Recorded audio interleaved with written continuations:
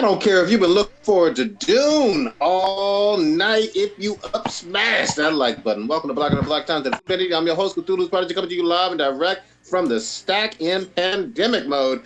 Smoke me out, fam, with that dang shit on my left. Blue.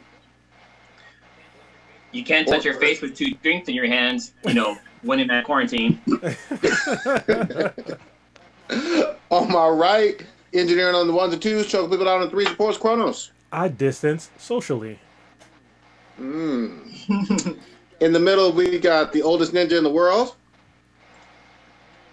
We're living in the reality where Neo took the blue pill. Oh, shit. Last but not least, we got your boy Stitch. The fate of the world is going to be decided by the WWE. No. Hold on to your butts. Oh my God. Here we I go. can't believe that shit. Here we go. Back at it again. I mean, since you brought it up, Stitch, why don't we just go in? Oh wait, we got. Well, hold on. We got a format, motherfucker. Yeah, you fucking up the rotation. I did. I don't even know what day it is anymore. Dude, for real, I swear to God, I thought today was Friday. It no longer matters. I don't think to most people. It's a day, and we're alive. I guess we're not on ventilators. We're alive. We're good to go. Yep. Jesus Christ. Anyway, so listener of the week would be user 688-16513. First in the chat would be fucking nobody. Hey, where you guys at? And what's going on here? Y'all know it's you're supposed to be home in the chat. Yeah, it's 8:30. We know you home. Yeah, you guys. It's Wednesday. You ain't got no job, and you got shit to do. Yeah, Come on. send out them tweets. Send out them tweets and Facebook in it. Yeah. Yeah, I just sent out tweets. Do the things. All right. All right. So, is there any? Are we live? We are live. Yes. Does it not say we're live? Yes, I'm confirming that we are live because I'm on the channel, and it says we're live. It's green. So, yeah. So we're good. Yeah, I don't see the notification on my side, so maybe it's gonna take a couple of minutes. You gotta click that bell or whatever, the bell icon, right? Maybe I didn't get it either. I'm about to check. Oh, I just got it a minute ago. Oh, okay. Like when we first started? Yeah. Okay, anyway, so we're just gonna keep it rolling. We're new at this. Yeah. So, Old Ninja, you usually have some type of malt beverage that we're pouring out in respect. We're just gonna pour out for all those who have died to COVID-19 today. Man, that's a lot of people. You got their names on paper? No, I still mean in the name, man. That'd take us a whole week. So as of now, on what is it? It's April 15th, 2020. There's over 200 million coronavirus cases and over 134,000 deaths worldwide. And, a little over 500,000 people have recovered from it so far. And in America, the numbers aren't great. No matter what you hear from our president, our numbers, they're not great. If you look at the tests per, million population and the deaths per, the deaths and the total cases per million, they're not great. I mean, they're not the worst, but they're not great. So, yeah. We're average. When you look at the numbers of people who people who die compared to people who recover, it's damn near 40 to 50, 60% have recovered, but 40% have died. If you were to compare the numbers, it's fucking crazy. Jesus Christ, yeah. man. I mean, as far as death go, I guess we're doing okay, but it's a lot of people, man. I mean, anytime you see, the number that's out there is for the U.S. We get the actual number, but it's pretty high. What kind of last 26,000. It's 28,000 right now. 28,000 people have died. Oh my God. There you go. Yeah. And then what's kind of cool is that not cool, but you can see that California we're slowly dropping, and we used to be I think the second or third most that have the most cases, and we're slowly dropping down. I think right now we're in 6th place for confirmed cases. which I think is pretty good because California was kind of the first to start doing the shelter in place before everybody else started doing it. So our numbers are definitely starting to kind of go down. There's been fewer and fewer cases. Well, I think that's it's one of the main points that most people kind of forget is that California was one of the first states that did shelter in place, and people were complaining about it, but it's like it saved lives. It really has here in the state because we are one of the most densely populated places in America. And if you look at San Francisco, it's probably the most densely populated, or maybe LA. It's either San Francisco or LA. I actually did stats on that because I was arguing with some people on Twitter because one of the guys was saying like how Texas has done like a great job in comparison with like New York and blah blah blah, and I was like, well, New York's a completely different animal because the population is extremely dense. Yeah. For major metropolitan cities, New York is first with like around 24,000 people per square mile. Yeah. San Francisco, I believe, is the second, and they have 17,000. Yeah, 17,000 people per square mile. Then you have like Boston. LA is actually down there because even though LA is the second largest city, it's got a lot of land. So I think they were at 7,000 per square mile, but the person I was arguing with was talking about like how like Houston's massive. I mean, we've all been to Texas, I think. I've been to Houston too, and they were at like 3,600 per square mile. So Texas is very, very spread out in comparison with other places. But I mean, places like Boston, Chicago is like a really densely populated area. But for major metropolitan cities, especially those that like rely heavily on public transportation, like the subway in New York, they were getting just destroyed by this whole pandemic. Yeah, honestly, I'm really surprised about San Francisco. I mean, this is a place to where I've complained on this podcast all the time about, human shit on the streets and hobos and like the decline of the city. I am supremely surprised that the city has not blown up with COVID cases.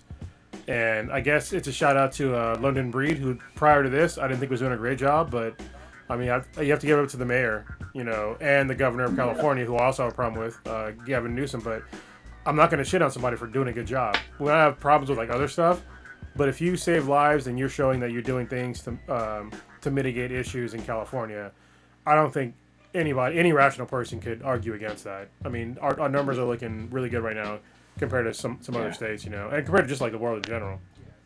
Yeah. We all want our luxuries. Yeah. Oh, I was just gonna add. We all want our luxuries to be able to like go to bars and beer fests and all kinds of fun shit. But you got to prioritize. And they did a really good job of just saying, "Yo, we understand we're gonna lose a lot of money, a lot of tourism and everything, but you can't make money if you're paying for people's funerals and shit. I mean, you need people to spend money. You can't have that without people, and with everyone getting sick and dying and just being hospitalized and stuff like that. They did a really good job of just prioritizing needs rather than looking at what was going to happen with money in the economy. Especially considering, how much commerce and travel coastal California has with China. I mean, we just got to be very honest about that. Thousands of people per day, maybe even tens of thousands, travel out of SFO, LAX, San Jose, all of these airports back and forth for business, pleasure, whatever. And obviously you have a very old Chinatown in San Francisco too. So considering all that, and London Breeze took a lot of heat, late February, mid-February, whatever it was, for shutting down some of the city. But yeah, I'm really pleased that San Francisco is not New York or close to it, and it very easily could have been the case. Well, what's crazy is that I'm reading multiple reports that the New York COVID-19 virus, it all came from Europe, like didn't come from China. So and y'all can look it up. Just look up like New York COVID-19 from Europe, and you'll see like a whole bunch of news stories about how they traced it back to Europe and not China. And so, don't get me wrong. I mean, President Trump did a couple of things that ended up being, correct. Was shutting down travel to China, but he shut down travel to the Chinese, not from China. So we had like 40,000 people that came from China that didn't have the quarantine times, and that was a problem. And then he shut down later on places from Europe, but at that point it was already too late. And when he was given the window, when he shut the travel down, which was controversial at the time, but I can understand where it was coming from. it was to buy himself. It was supposed to be to buy himself a window, right? But he didn't do anything with that fucking window. Like he shut down the travel, and then he was out like, of it. "Yeah, he was like, I'm done, good to go, America saved." And in the meantime, like now we're seeing that, you know, we needed like all these materials and stuff that nobody had, and he wants to blame the previous administration. But like, it's like, listen, motherfucker, you've been in office for 3 years. If you're saying that in 3 years you never checked the national stockpile on emergency supplies, then there's something wrong with you. And yeah, the last guy too. If he left you with literally nothing, not even a handbook, which I understand that he did, it's like some of that blame goes on you. Like you didn't look at what your supplies were, and now you're complaining about it. It's like that to me, that's a terrible leader. If you come into any like job or anything like that, and you're in charge of materials, aren't you gonna like look at the materials? At least have a person look at the materials and see how much you have, and like do an actual like, you know, inventory of like seeing what's going on. But he didn't do that, and he never wants to admit to it. Every time he comes on the TV now, he complains about somebody else not doing their job. But this comes down to him as well, and it's fucking bullshit. I've been watching these press conferences, and they're all him. This past week, it's been him complaining about the World Trade Organization, China, you know, President Obama, ventilators. Yeah, ventilators, and like it's like, dude, just take some responsibility. It's like, okay, you did a good job with the ventilators. All right, I'll give him that. You did. He did a good job with that. But there's other shit where you can't get personal protective equipment for nurses and doctors right now, and that's still a huge problem. And we still don't have enough test kits for America. That's still a huge problem. But he still wants to tout ventilators. It's like, listen, you have more problems than just fucking ventilators. Stop being single-minded. Yes. Thousands of American citizens are dying every single day. Every single day. We see the numbers go up by several thousand a day. There's nobody that should be cheering about this. The blame game doesn't help. But I'm also going to say this really quickly. I want to hear way more about the scientists doing the research for the vaccine and searching for it. And I think what would be really helpful for this country is just like you did with World War II in terms of looking the other way for any type of rocket scientists, whether they were with communists or Nazi or whatever. Just if you, regardless of your nationality or ethnicity or your belief system, if you have the skills that are required for, you know, looking into finding a vaccine from wherever in the world, you should get a visa pretty much. I mean, obviously pass all the screen and whatnot, but we need brilliant people here in this country, more brilliant people in this country, brilliant scientists looking for the vaccine. Well, I'm going to pull back a little bit on what you just said.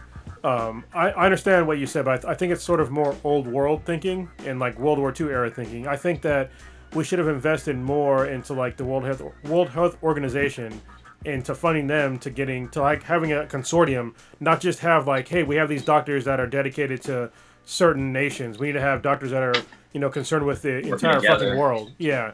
And so, you know, and now we're cutting funding to the World Health Organization. So, I mean, previously speaking, yeah, it'd be great to have like, you know, somebody from another country on our team, but we need to help everybody because this problem is going to keep existing outside of America. Like even if we had, you know, the top scientists here in America, it's going to propagate outside of America, you know. So I'd rather have all these, you know, smart ass people just be a part of a consortium for the entire world and not just necessarily part of America, but just help fucking everybody because everybody needs help at this point in time. Just my opinion, though. Yeah. It'd be nice to see. It'd be nice to hear more about the vaccine stuff than anything else. Oh, for sure. Because I keep saying this, the vaccine is going to be the only thing that really makes people feel comfortable and safe going to any type of large event.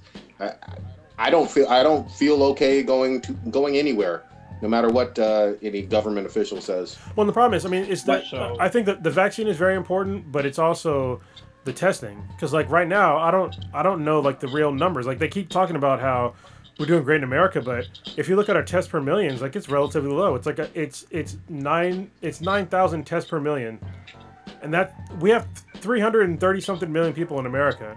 That's like you can't get an accurate figure out of that. Yeah, we've tested like less than I think it's less than 3 million people. That's like not even a fucking percent, and that's a win. Like how is this a win in America? Yeah, right now we're at 3.2 million tested. Yeah, that's not a percent. Yeah, it's not. It's not. It's not a lot. Like what the fuck? You would need 30 million tests. I think if my math is right, you would need 30 million tests, right, to get a percent for 330 million people. I've been drinking, so y'all fact check me, please. Yeah, there's 328 million people in America as of 2019. Yeah, so we're nowhere near that, and somehow he touts out there that we're winning, but we're not. That's literally 1%. We're at 1% of people that get tested. I don't think it's even 1. Is that 1? And then it's like if you get tested, who's to say you don't get that shit after you get tested? So it's like, I mean, so you got tested, all right, I'm good, and then people just have the mindset of like, well, I don't have it, I'll be okay. Or even if they did have it and they recover, I mean, you can get that shit again. Yes. I mean, we're still trying to figure this shit out on, does it fuck you up even worse the second go around? And we're still trying to figure out how like people respond to like all these medications that are being taunted as possible cures and all kinds of shit like that. It's just like, it's just frustrating, and I'm starting to unfortunately go into like numb mode where I'm just like, I don't even turn on the news because I have to watch like every like other day. Hold on, no, it's just like same bullshit. You've been watching the same shit as I have. You've been watching his fucking press conferences, and it's like it's very fucking infuriating watching these things. Hey man, that shit's basically become a goddamn comedy show when it comes down to fucking interviews and questions. Holy shit! I've never seen a grown man throw a temperature so many goddamn times in one goddamn interview. Yeah, I didn't watch today. Was it today? Oh, well, no, yesterday he didn't. I only like to watch when he answers the questions, and yesterday I think he didn't take questions. And I was not going to watch today, but then you said his hair changed, so I turned it on to watch. That was the only reason why I turned it on. I was like, his hair went color gray as fuck. It went gray. It was so weird, because yesterday it was orange, today it was gray. And you can't just be like, well, yeah, it's funny. It's funny that you said that because I was talking to the Sweetness and I'm like, yeah, Donald Trump's hair is orange. She's like, isn't it blonde? So I guess normally his hair is like blonde, but for some reason I guess it changes color. For some reason it's because he fucking dyes it. Yeah, it was weird that it was like literally day to day. Yesterday it was blonde, orangish, and then today it was like gray, and I was like, what the fuck? Yeah. It was like really weird. It was super nose like once like when I was looking at it, I was like, why is his hair so gray? And like the next guy that came up to the podium, like his hair was just as gray as that guy. I was like, what the hell? Well, I thought maybe it was a problem with my color palette on my screen, and I was like, why is it gray today? And I kept moving back on screens, and I went to different news channels. Like, no, that shit is fucking gray. And don't get me wrong, he's an old guy. So I love how you keep calling it his hair. That motherfucker, none of that is like his actual human hair. Come on now. Hey, you know girls with their weave be saying that's their hair? I'm pretty sure he paid for it. He paid for it, it's real. Yeah. That's his shit. So, really quick, talking about what products you brought up, I think that we're not hearing about scientists because they're busy working. So they have nothing to report. They'll probably report when they find a breakthrough, but they're working probably more so than, just as much. I don't want to say more so. Just as much as nurses and doctors. How are they going to report it, though, when we have the head doctor guy that we're supposed to be listening to getting fucking interrupted all the time by Trump during these press conferences, and then he starts this whole controversy about firing him and shit like that. We have to do a press conference on the president retweeting something about firing the doctor and shit like that. Like, it's like Dr. Fauci. he doesn't even want Fauci to get any shine or any airtime at all, because he just wants it to be all about fucking him. It's just infuriating. Well, you know what's I think Trump is mad because I heard that Dr. Fauci or whatever, I guess he's gonna be on Time's Sexiest Man or some shit. That guy's definitely not sexy. Not that I'm gay or anything, but yeah. Anyway, well, you know what's funny is that, it's kind of fucked up, is that Dr. Fauci made some, erroneous claims in the beginning as well, because there's videos of him saying that he didn't think it was a big deal at first either, like on the same dates that President Trump was saying. So it's like everybody that's saying that, Dr. Fauci this, Dr. Fauci that. Don't get me wrong, I trust him way more than fucking President Trump. But he was saying in the beginning that he didn't think it would be a big deal either. And then later on, he changed his tune, which is fine. I did the same thing. But I admitted it, Well, there's other doctors. I mean, so there's other celebrity doctors that were out there saying it. Dr. Drew? Dr. Drew, I mean, he caught a lot of shit. Because he was basically saying, oh no, it's just the media hyping this shit up. It's the media's fault. You know, you guys all about panic and this and that and this and that. But then this shit fucking really blew up, and that motherfucker had to like eat his words and like apologize for what he said. But I think a lot of people thought it was like, you know, it wasn't gonna be as big as it is. But now here we are, fucking 1 month in, fucking still in quarantine. Unless you're like 140 and were an adult during the 1917, 1918 Spanish flu stuff, you haven't really lived through anything close to this level of thing. Well apparently, so I can understand. Apparently, if you had the Spanish flu when you were in that time frame, you can survive this because that one guy, like the veteran who's like 102 or something, like he had the coronavirus and he fucking survived it. Well, so you got to think about polio too, though. So during the polio thing, they had it was kind of similar. Obviously, the infection rates and deaths were not as high, but people were getting fucked up, and the government came up with a fucking vaccine fast as fuck, and it was free. Yep. Why is his wife, his brother-in-law, and Vince McMahon on this fucking exclusive panel to decide on the safety of when we can reopen the economy? Because he's the king. He's the king. I don't even know where to begin with this. It's it's disgusting. What was Jafar's role because in Aladdin? He was like the great Vizier or something like that, right? Oh. Who? On Aladdin with Jafar, he was the Sultan's Vizier or something like that. That's basically what Vince McMahon is right now. He's fucking Vizier or whatever. Well, it's ridiculous. I mean, first I remember I forget her actual role, but Vince McMahon's wife was on his cabinet for something. I forget what it was, what her role was in his office, but everyone was just like, why is fucking Vince McMahon's wife there or whatever? That doesn't make any fucking sense. So now go ahead. And I'm gonna say, and now it seems like in a 36-hour timeline, we've had Florida, which Florida just acts weird to begin with. But now Florida says that WWE is essential.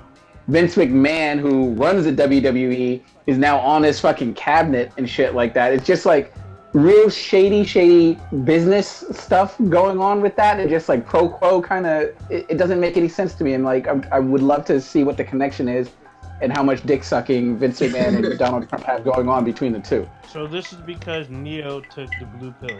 No, it's because Martin McFly fucked his mom. Janelle James is right. We had her on the podcast a while back, and she had a joke about Martin McFly fucking his mom, and that's why we're here today. And this is exactly right. Martin McFly fucked his mom. We're all fucked up.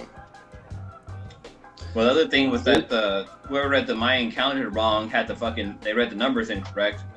Instead of being 2012, it's gonna be 2021. It's gonna be another world. Mm-hmm. There's no end in sight for quite a while. You guys hear about what's happening in one of the cities in China? Which one? So there's a city in China. I can't think of the name, but I guess there was a person of African descent that had tested positive for the coronavirus, and for some reason the city decided to quarantine everybody of African descent. But like the racism that's happening there, like people are they're literally getting evicted from their homes and kicked out on the streets, and like literally there was a sign on a McDonald's that said something like, you know, if you're African American, you cannot come in here. If you do show up, we're gonna call the police or whatever and get you arrested. Basically, they're basically being profiled in China right now, and it's fucking sad. I mean, this is like somebody tweeted this out, and McDonald's responded to it saying like, hey, you know, we decided to take the sign down and, you know, close that McDonald's location. So I guess they can do like some kind of training with the employees, but like shit's crazy in this one city in China for anybody who's African descent. Which is crazy because you mainly think of America having like racism, but like shit happened in different countries. Like this shit happens. Oh no! Yeah. And it's fucking crazy. Everybody we talk about like fear of the yellow man, but over there they like fear the black man. The black man. Well, yeah. America did not invent racism. Let's just be real here. No, they so did not. It's fucking everywhere, and I think it's pretty fucked up because, you know, America did some racist shit against Asian Americans here because of the coronavirus, and it's fucked up that this is propagated towards, people of African descent in China. I'm like, it's just people need to stop being fucking stupid. It's like it's a virus. It doesn't have to do with your ethnic background. I mean, this is like sickle cell, right? I think that's like one of the few ones that are like actually tied to your ethnic background. But other than that, it's like people get sick from the same fucking shit. Yeah. Yeah, it's fucking sad. By the way, sickle cell's not contagious, so yeah. The fact that like people are like being evicted, like here they have homes and they're being evicted just because that they're African descent. That's some fucking like some shit that happened back in like the early like 1900s and shit. Yeah, it's foul. It's all the way fucked up. I saw some rumblings about it. Obviously, nobody over here is going to be a fan of that kind of bullshit. No, it's racist and terrible. But the other thing, I want to point this out. Italy, Spain, France, Germany, the UK, it's going wild in Western Europe as well. If you look at that block of countries, and amazingly, I haven't heard any widespread reports of Chinese cities saying all people of Italian or British or French descent, you can't come in here and whatnot. So there was some underlying racism already there that this is escalating and exacerbating. But it would be fucked up no matter what. But it's just always interesting that, like I said, I think I mentioned last week, the whole French World Health people were talking about, let's just test this on Africans. And now, in China, in this city, let's just discriminate against Africans, while all of Western Europe is being ravaged by this same disease and virus. Yeah, it's crazy. It's literally taken 5,000 steps back. Yeah, and then I saw, I guess the mayor of LA and then New York said most likely we're not gonna have any like public events or massive gathering like concerts or sporting events so like 2020. Yeah. So I know that the New Orleans did the same thing as well. I don't want to say is it the gay parade? The gay parade was supposed to happen. Pride parade? Yeah, gay pride parade. Yeah, was supposed to happen in San Francisco. I think it's sometime this month, but that's been canceled. And I guess a lot of people. It's summer, like June, though. Yeah, but it's still canceled. Yeah, but I know people are saying like I guess this was supposed to be like the 50th year anniversary of it happening, and so a lot of people are like a little upset about it. A little Corona's drinking. Nah. let him be mad. Yeah, let him be mad. But I don't think too many people are mad. Nice. Look, the Rona don't care. The Rona don't care about none of your events. We had to the Rona. We had a panel scheduled for Fanime, goddammit. We were going to get up there and do all our dang ass shit. I was going to get them to say Griffith did nothing wrong. And the Rona said, nah, y'all can't do it. I like how it just just this week, Fanime was like, oh, we're out. It's like, bitch, we already knew. Like, what the fuck? You could have told us 3 weeks ago. What the fuck? Hey, they were holding on to the last fucking minute. This one made sure. It was not happening. Old Ninja was holding on. No, it wasn't. Not at all. Oh, you said I was being a little bit. What was the word he said that one week? Whoa, rewind and take. What are you talking about? It was like 3 weeks. Yeah. You said because I was like when we were talking about all the cons and stuff being shut down. You're like whoa, and I was like, all right, it's gonna get shut down. I said it was. No. Well, apparently, Prodigy remembers. Prodigy, you remember? So don't be defensive. No, I said. I said Fanime didn't say anything yet. And then I talked about San Diego. They did not release an official statement. You said I was being dismissive. Yeah. No, I wasn't. That was the word. It's all going down. Everything that we love from a convention standpoint or a party standpoint is all done for this year. So apparently there's a virtual Comic-Con that's going on. One of my friends who does cosplay, she posted up on her Facebook. I'm gonna try to jump in there and see if I can like check it out, so I can bring something back to the podcast. Oh, I know you're talking about it. Yeah, I think it's supposed to be happening like the 26th of April. Yeah, WonderCon sent us a invitation to a virtual con. No, this one isn't WonderCon. I think it's a local thing. Let me tell you what's gonna ruin it. Some Master Jiraiya pervy sage is gonna whip out his dick on that fucking cat, and that's gonna be the end of it. It's gonna be fucking That's terrible. It will be out there just with the pink dildo, just let me watch this. With the squirt eating on the screen. Yeah, bust out his Bad Dragon toy with the pina colada hooked up to it, just pumping it out. It's gonna be all bad. Let's switch it up though. Let's get into some of these topics though, man. We got some good stuff. We go on and on about Rona, man. Yeah. Rona ain't going. We've given our weekly coronavirus update. One of the BTI questions is kind of related to the coronavirus, so I'll ask that, and then we can kind of switch gears. All right, go ahead. That works. So, this was a question I had added on here. What would you be more pissed off about your partner giving you, AIDS or the coronavirus? Or sorry, COVID-19. Yeah, AIDS. AIDS. I mean, goddamn. Are you serious? Definitely AIDS. Yeah, that's a problem.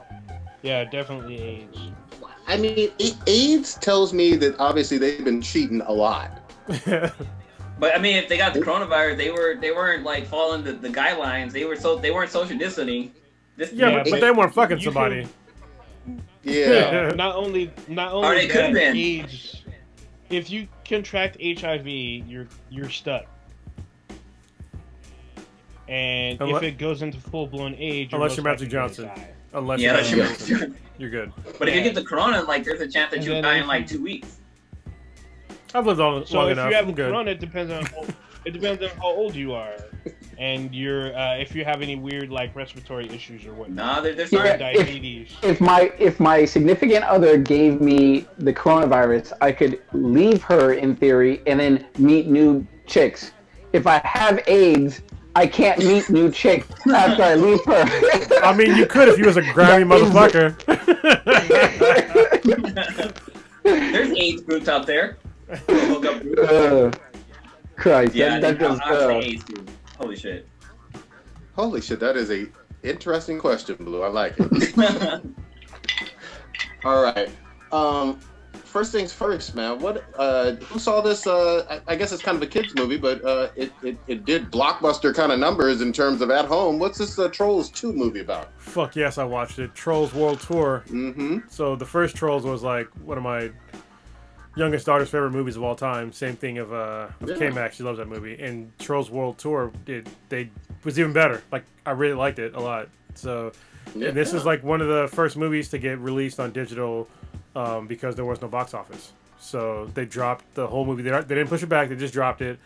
And I was kind of pushing for everybody to... Actually, I think I talked about it in the last couple podcasts. Like, watch it when it comes out. That way, these studios are more comfortable with releasing these sorts of movies the same day as they do in the movie theaters. Because, I mean, if you have a good, home theater setup, like, you don't really need to go to the fucking movie theaters anymore. You can make popcorn at home, have a couple drinks, not to worry about driving home. Enjoy it at home, and the movie was great. I mean, I don't know, did y'all watch it? No. Both my kids saw it and enjoyed it. I was like kind of in and out of the room, but it looked like some sparkly, fun stuff with like some rock music going on or some bad girl rocker or something that my daughter would love it. I'm looking at the numbers right now, and I guess the first one made 90 million plus DreamWorks for when the first one came out, but this one did 150 million domestic and 350 million worldwide. That's on an opening weekend. Oh, that's great. Yeah. For something that just came out, just home theaters. Wow, that's really impressive. Well, we'll give it a couple of caveats though. Okay. The main caveat is that it costs more money to watch the movie. All right, so it costs $20 to rent it for 2 days at home, which to me, which is what I predicted. I was like, listen, if they drop it between like at $20, people will buy it. I mean, even though it's a rental.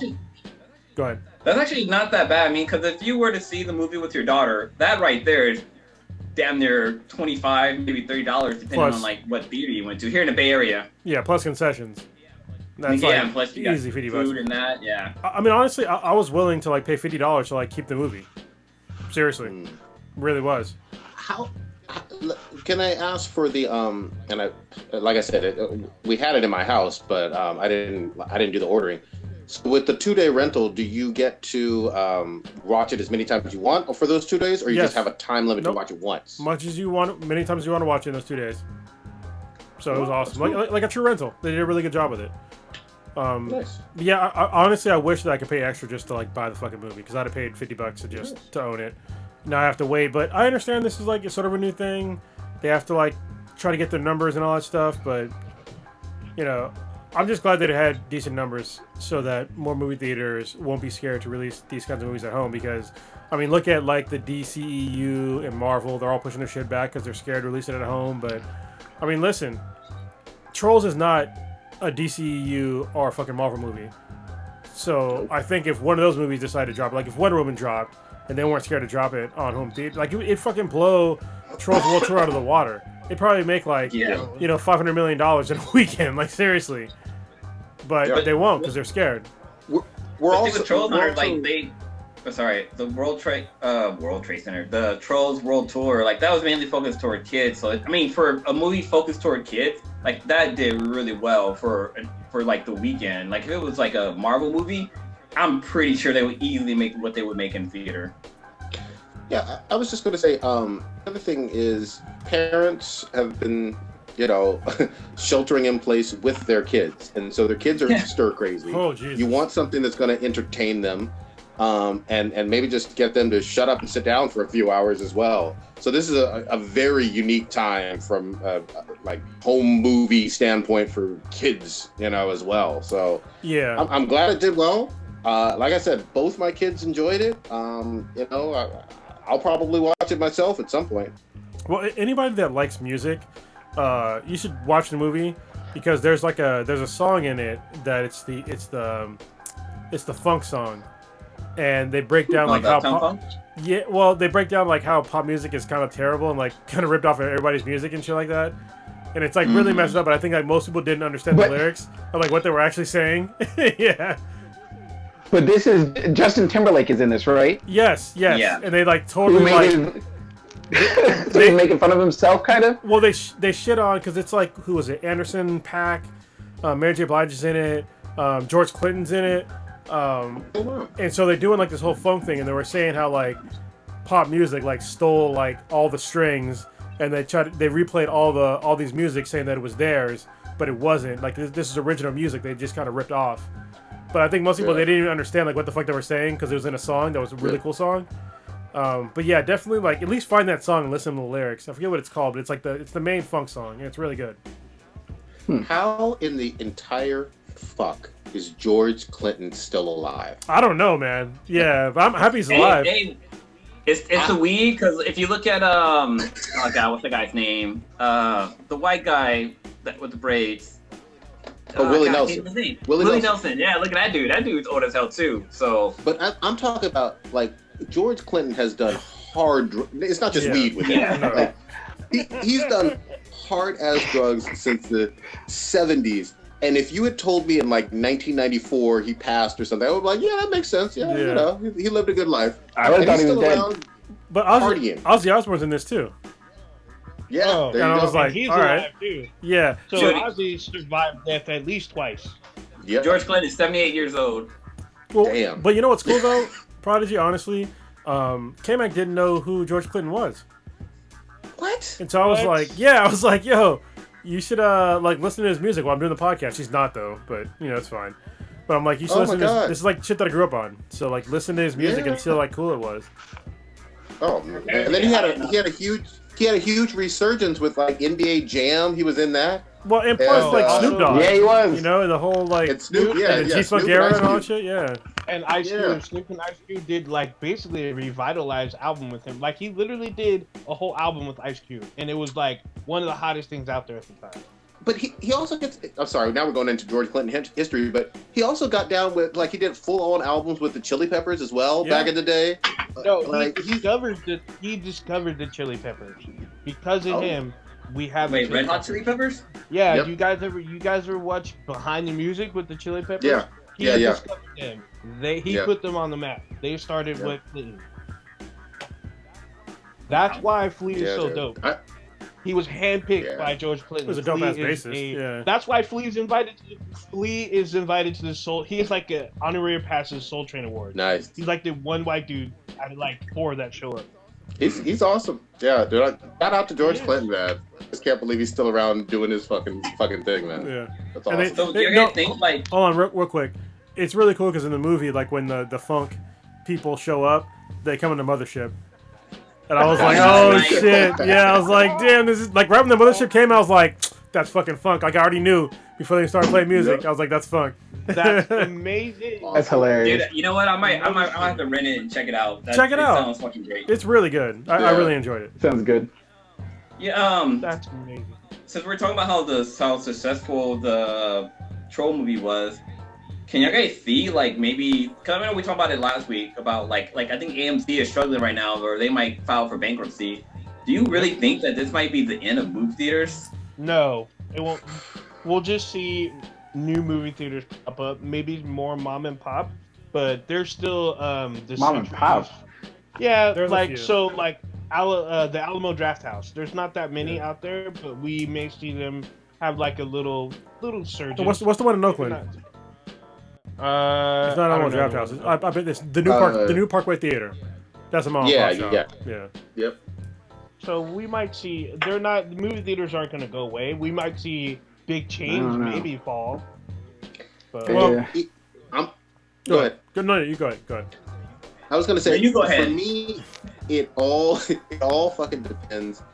If people are tested for this goddamn virus and there is a vaccine for it, then slowly people start going back to normal in their patterns. I mean, look, Avengers, believe it or not, was Endgame was literally just last year and made almost $3 billion. There's still an appetite to see certain movies in the theater. It's just a matter of people feeling safe. You know what's crazy is that there's gonna be a point, like if say like if we open up the country or whatever on May 1st or whatever, there's gonna be a point in time where there probably won't be there's gonna be a gap in movies basically, because right now like the Matrix was filming out here in San Francisco. That's kind of been on hold because of the whole coronavirus. The Batman movie was placed on hold. A lot of the DC movies been pushed out until next year. Like there probably won't be any decent movies until 2001, to be honest. No, it's gonna be 2023. So what Yeah, Thomas was saying, that was your only option though was to go to the movie theater and see Endgame. But now where it's looking like we might have two options, and especially where you have the option of being comfortable in your own home with your own kids, or going out to a movie theater, which does bring back the nostalgia and everything. But I mean, we know movie theaters they're run by 16-year-old kids and cleaned and whatever. They just sweep the popcorn in a corner and then funnel in the next group of moviegoers in there. So it's going to be hard to say. I don't know. I really don't know. It doesn't look good, especially with Trolls making all this money. I think a lot of people are going to start trying to figure out the numbers and the formula on it to see if they can just cut out the middleman. It's kind of like, what's that movie, American Gangster, where they're just cutting out the middleman, just going straight from the movie theater to your home. And it's like, what do we need the movie theater for if we can just go straight from the set to people's homes and not have to rent out or pay whatever it costs to have it go into the movie theater? If it just gets done digitally, I would assume that would save some money. And I mean, I don't see why they wouldn't do it if that's how it goes. Like one good example to think of is that like the drive-in theaters, like those things kind of went the way of the dinosaur. I mean, there's like two that I can think of. There's one in San Jose and there's one in Concord. But like there used to be drive-in movie theaters all over the place, and I feel like the movie theaters might fall the wayside of the drive-ins. To be honest, I like drive-in movie theaters. Yeah, the drive-in. They used to be the one in Union City. I remember the first one I watched was Who Framed Roger Rabbit, and then I remember I watched the very first Addams Family and Unnecessary Roughness at that movie theater in Union City. But for like 75-80% of the country, drive-in theaters are completely seasonal. Like if you're in Minnesota, you're not doing that for like 9 months of the year. All right, let me get in here on this because I had a conversation with Gian actually earlier about this, and I disagreed with him. I didn't get to like finish my whole argument because I was like shit was going on, but I disagree because most people they don't get the movie theater experience at home. Like at all. Like most people don't have a home theater system. Their TVs are not great. They don't have surround sound. So they're not getting that experience. And when you're at home, you got to be honest. Like, you're not paying 100% attention to the screen if anything else goes on in your house. You're not going to pay attention anymore. You're going to have to, like, maybe pause it. They miss out on the experience, and it's kind of it's don't get me wrong. The convenience of watching it at home is great, but I think that the concentration of you going to a theater, everybody shut the fuck up, eating your popcorn and watching a movie, is very difficult to replace. And you don't have your significant other asking you questions about the movie. Yeah. Or movie theater, everybody's quiet. Yeah, so I think that theaters are going to probably reduce their numbers, but I don't think they're going to go away. Because you're not going to get a 4K, because when you're watching a movie, it's usually in 4K or higher. The surround sound that you're getting is way higher than what most people can get at home, because it's like multiple subwoofers, like way more than 5.1 or 7.1. And it's a way larger screen than most people have. And the popcorn is usually better than you get at home. It's not microwave popcorn. So, yeah, I think that there's a point to be made that it can go away, but I don't think it's going to totally go away. Because to me, like, if Avengers, if a movie I really wanted to watch in the theater came out tomorrow, and we didn't have the coronavirus, I'd watch it in theaters. Like, if, Avengers Endgame came out tomorrow, I'd watch it in the theater rather than at home. I've always had the ability to watch it at home anyway. So, I think you would watch it in the theater? Yeah, I could watch shit at home anyway. I could pirate every single fucking movie that's on the theater, and that's why I think most people kind of forget about it. It's just like, oh, well, all of a sudden that people can't watch it in theaters, that it's gonna go away. It's like, no, I could have never went to the theaters at all, like throughout my entire fucking life, but I choose to go to the theater because it's a superior experience to watching a movie. That's true. So I did a quick. I might have missed with just the audio lag and everything like that. But you were saying with the whole virus stuff going on still as it sits today, if the movie theater was open and free to the public, if Avengers came out, you're saying you would go? No, not the virus today. What I'm saying is, if there was no virus and it came out, I would gotcha. watch it. But at the same time, it's like I said before, though. It's like I've literally been able to watch a movie at home since like fucking 2001, like the day it came out or before that, but I haven't, and the reason why is because it is not their great of an experience. Even with all those technology changes, you still get a better experience in the theater. You do. So I did a quick Google search to see how many drive-in theaters there are in the U.S. alone. There's only 325 drive-in theaters in the U.S. Damn. And I think at least theater-wise, there's at least probably like 5,000. Because at least when you see like the numbers, when they say like how much the movie made that weekend, they show how many theaters it opens up into. It's way more than that. But damn, only 325 drive-ins. It's seasonal. Like I said, for most of the country, you can't do it in December or November. Like, you don't want to be in your fucking car freezing. I'm looking up how many. That's domes. Hold on, I'm trying to look up how many IMAX theaters there are in America. Because I think IMAX had a lot to do with it too. Like, you can't compare like if you watch an IMAX movie to like being at home, it's like not even comparable at all. You can't compare that. Yeah. Like you have to have buku money at a fucking IMAX theater. So there is, in December 2014, there was 39,000 indoor screenings of. Wait, what? This isn't right. Never mind. That's all good. Did you guys? What was this stuff about my boy Poe from Star Wars? I saw some bearded Poe playing the lead for Dune. Dune, yeah, it's gonna be good. Oh yeah. So we're seeing. We briefly talked about this on the podcast.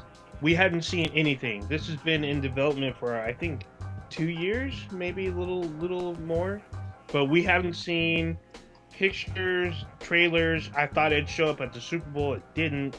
And then yesterday, I believe, or 2 days ago, we finally get our first production photos of Dune, which has like all the like hit, like, because Jason Momoa's in it. We can see pictures of him. We see Zendaya. We see Oscar Isaac. There's a bunch more.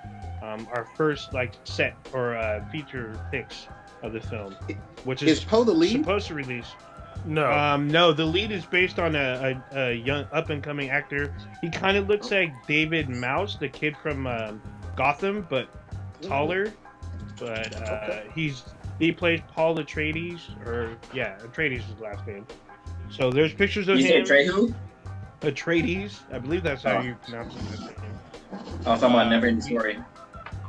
So Entertainment Weekly, they published pictures. They've been out online. They look pretty badass, I gotta say. I mean, Oscar Isaac's armor, it kind of looks like Star Wars-esque, but it's like set in the sand, and it sand its course and seems to get everywhere. But yeah, it looks like this has the potential to be really huge. And so I'm hearing that this movie might be split into two, like a part 1 and a part 2. That's how big this film could be. So confident. Yeah. This is gonna be by Disney, because I know I forgot what's the name of that movie. The one that takes place on Mars that didn't do very well. Oh, Princess of Mars? John Carter? John Carter. Yeah, that one had a lot of potential, and they just kind of fell. I mean, I thought it was decent, but it should have been better than what it was. I kind of feel like Dune might fall into that same category or realm. Kronos, get in here. You're a big Dune guy, right? I am a big Dune guy. I read the books. You read the books, right? Yeah. Well, I read the first book, which is basically the first movie, which is weird because it's different from the movie from the 70s or 80s. A little different. 80s, yeah. Was it from the? Okay, I thought it was from the 70s, maybe. Right. It's in the 80s. Sting is in that. Sting and Patrick Stewart, the original. Well, I mean, these are only stills, so I can't give too much, into this, but I'm looking forward to it. Hopefully, it's going to be good because we need more good sci-fi out today. I think today we're getting a really good resurgence of sci-fi with The Expanse, and we have 2 different fucking Star Treks out right now. That's amazing. So let's keep it going and get some some different types of sci-fi out there. And I think that Dune could be a way different version of sci-fi than what most people are used to. So, and honestly, to me, I mean, I talked about it a while ago. I think that somebody should do a thing with Isaac Asimov's works too. I mean, if he did something about the Foundation and actually the real story of iRobot, that'd be amazing too. I heard that Amazon might have picked it up. So I gotta stop you. Did you say the Foundation? Yeah.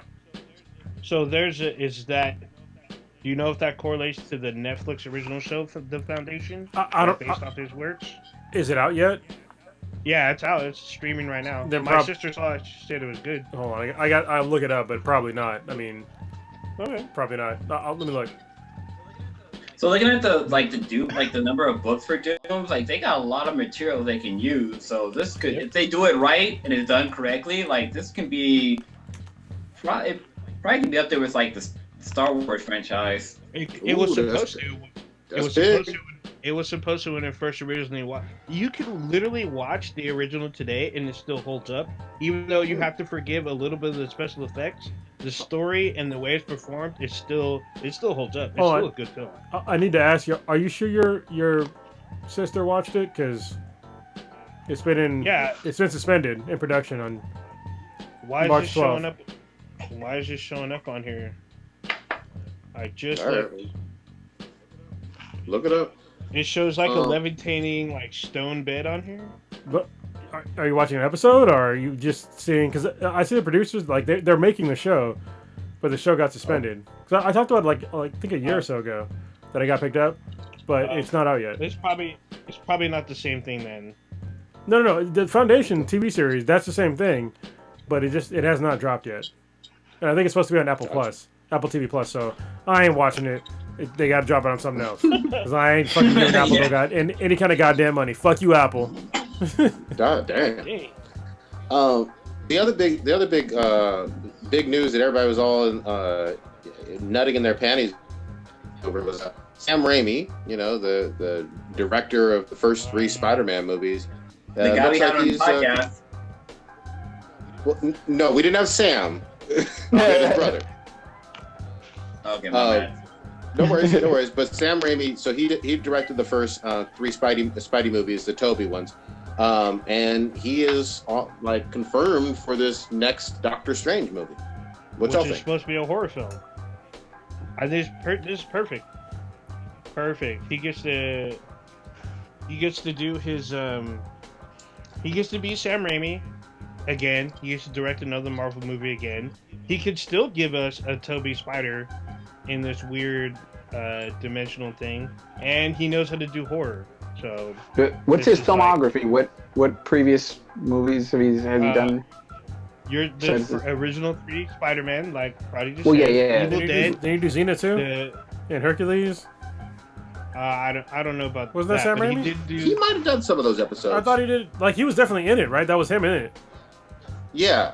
But he might have even directed some of those. You might be right about that. I'd have to look it up. The original Evil Dead, that's all he Sam did Raimi. The Ash vs. Evil Dead. Yeah, that's his show. Also, if you ever seen Drag Me to Hell, that's Sam Raimi. So he does like a lot of horror movies. Like look at his resume. He does do a lot of horror, and he's respected as much. He's done a lot of stuff for the movie industry. He does his own techniques that other people have followed. So listen, you gotta give props. I mean, if you put yourself back in 2002 when that first Spider-Man movie dropped, we had never seen anything close to that level for a comic book movie, other than maybe the '89 Batman and then Batman Returns, somewhere close to that. But that movie still holds up. Spider-Man. Yeah, but I mean, these Spider movies, like I've said many times on this cast, the first 3 Raimi Spider-Man movies made more than the Iron Man trilogy, Thor trilogy, and the Captain America trilogies. That's you got to give props, and that was these were in the early to mid 2000s. So I mean, Sam has done a lot of horror, but he's also, if you remember the guilty pleasure movies, I guess with Liam Neeson, the Darkman series, that was all Sam Raimi as well. Those were super popular back in the day. But they even made a Nintendo game based off of Darkman. So, I remember that. Holy shit! Yeah, those are popular. Those are popular films. Sam Raimi has a huge. He's like pretty much legendary Hollywood status, and him coming back to Marvel, directing another Marvel film, even though it's not Spider-Man, is making fangirls and boys go crazy. And so I'm already hyped. I mean, if you've ever seen the stuff that he can do before, I mean, people know the work that he's done, the work that he's produced. He's a top-notch director. And I didn't overwhelmingly love like the first Doctor Strange. It didn't blow me away. It's not something that I've ran out to rewatch whatsoever. Nah. But you attach Raimi to this sequel, and I'm much more interested than I was prior. What is the next one's going to be called? Isn't like Doctor Strange into the Multiverse or something like that? A Multiverse of Madness? Multiverse of Madness. That sounds like a horror movie. I mean, they announced that last year at Comic-Con. Yeah, and it's like weird they're just now attaching a director. So I'm like, all right, I guess. So I hope they make it. I hope it's going to be good. So. Yeah. I just wanted to mention it.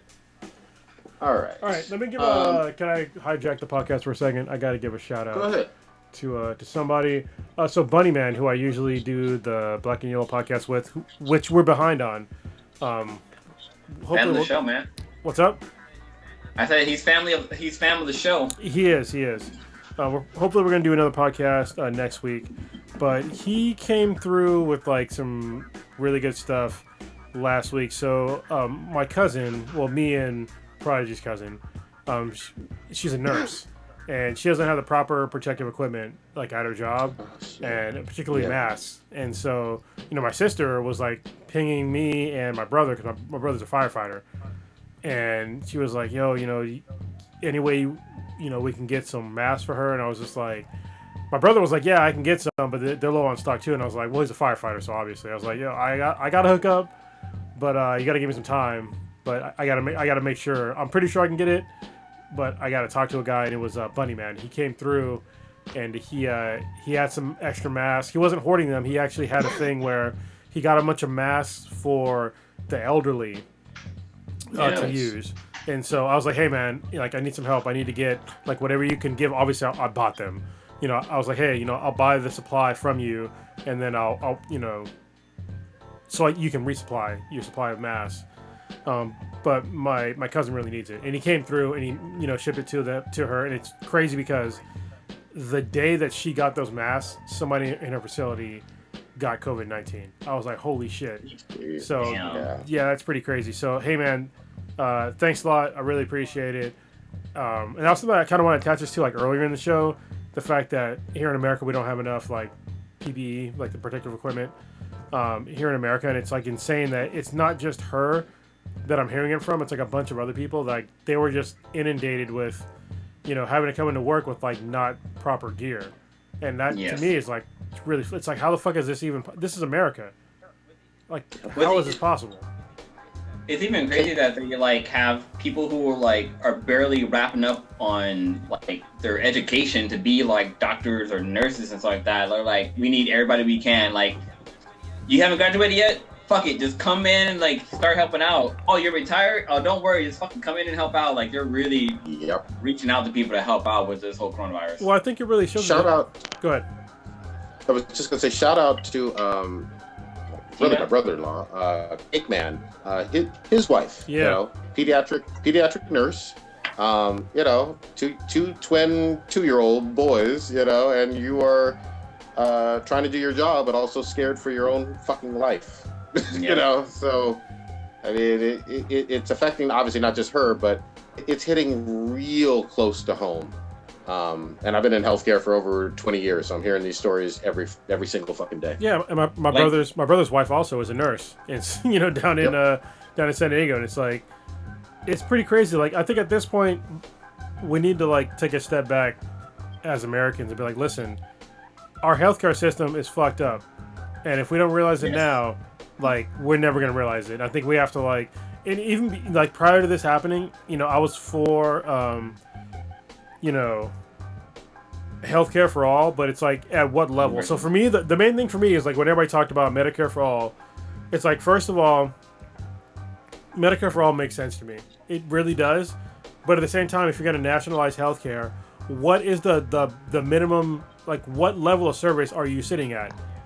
If you're sitting at Kaiser levels of service, you can go fuck yourself, to be honest. Like, I don't want a Kaiser level of service, or like just preventive healthcare. Yeah, no. Like, I'm used to like Stanford healthcare. I'm used to like going where the fuck I want to go. So for me, it's always about like having like the, I got a bullet room. Let me just go down to the ER and I'll be taken care of. Yeah, well, it's having universal, healthcare. However, I want the private option. So for me, I think that's still the way to go. But they really need to like. Is that your dog? What the fuck is going on there? Yeah, sorry. Holy shit, that was crazy. It's like a fucking demon on the fucking line. Anyway, sorry about that. Anyway, the standard of care is what I'm worried about in America. If we do happen to go to universal health care, which is what I think most people should worry about. But at this point, we need to have some sort of like minimum standard care for all Americans, and then have the pay for options. I'm still going to pay no matter what to have a higher standard. But we need to have like a minimum standard of care here in America, because there's people here in America that are losing their jobs. We have like last week it was 16 million people lost their jobs. If you lose your job here in America, you lose your health care. So like what? And that Cobra shit is expensive as fuck. Yeah, and if you have no job, like, you're fucked.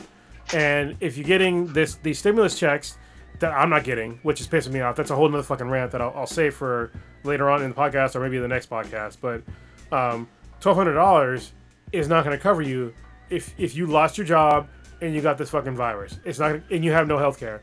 Then it can help you. If you break your toe, that doesn't even probably cover your medical expenses. No. If you get like a even if you ingrown go into toenail, the ER, if you have stomach pains and you went to the fucking ER, that would not cover your fucking healthcare. Yeah, when I fucked my neck up, my bill was like $3,000, and I have good healthcare. And I was like, I ain't paying that shit right away. Yeah. I'm just saying, this is like, that shit didn't make any fucking sense. When I went to the ER for stomach pains, I had literally still owe like $4,000 on that shit, and like I just get the payments. I gotta make payments every fucking month, basically. That's damn near a used car. Hey, Blue, I'm not gonna put it on this podcast. I know what you're gonna say. we need to talk. We need to talk offline because I got to tell you some things. You can put it out there. I mean, honestly, you can because it's totally true. Now you dropped it on me, and I was like, "Is this true?" Yes, it's fucking totally true. Go ahead, and drop it if you want. No, you told me about it too. Like you've told me about it, and so like I got some stuff that's like, you know what? Yeah. I'm not gonna put too much of my experience with healthcare out there, but can I put it out? I've worked. Can I do it for personal experience? Yeah, go ahead. Okay, I'll put it out there from my personal experience. Yeah, good. At least here in California, if you get some big ass fucking medical bill and you can't pay it, pay what you can. If you can't pay it, don't fucking pay it. It's not going in your fucking credit report. They're not gonna. If somebody calls you can just hang up on them. Like it's not going to affect you in any way whatsoever. Don't get me wrong. It's kind of fucked up, but at the same time, you shouldn't be getting charged. When I went to the ER for my fucked up neck, I had an MRI done, and it showed that I had a cervical neck sprain, and the cost of the MRI was literally $164. The cost for my ER visit was $3,000. How the fuck is that possible? The thing that actually told me what my fucking problem was cost less than my actual visit. I don't understand how one of my good friends, Chocolate, she's a X-ray tech, and so she handles like the MRI machines and stuff like that. I understand it's like a big crazy piece of science and stuff with magnets and shit like that. Why is it so expensive though? If you're just turning it on and it's why is it so fucking expensive to turn on that machine? And it costs like hundreds of thousands of dollars if you turn it on and get an MRI. Especially after. Don't get me. Go ahead, man. Wait. Before you start, you should let Prodigy. I got a medical story as well, really quick. Okay. So this is years ago, really quick. I was throwing up. I had a fever. I was sick like all day. I waited at Valley Med, big hospital in San Jose. I was there for 6 hours with other sick people. I went to another hospital after waiting for 8 hours.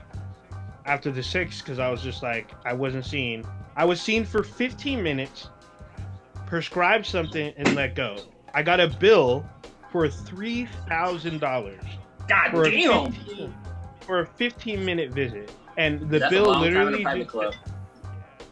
Yeah, the bill literally said like one line. And so I was like, how do I get billed $3,000 for going to the ER and I saw a doctor for 15 minutes? So I asked for an itemized receipt.